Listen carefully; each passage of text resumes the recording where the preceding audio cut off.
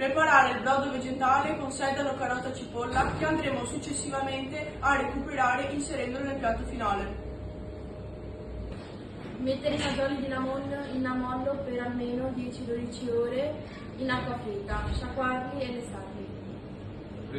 Ricavare una crema di fagioli regolandola con sale integrale e brodo, quindi filtrarla e prelevare le bucce per poi essiccarla.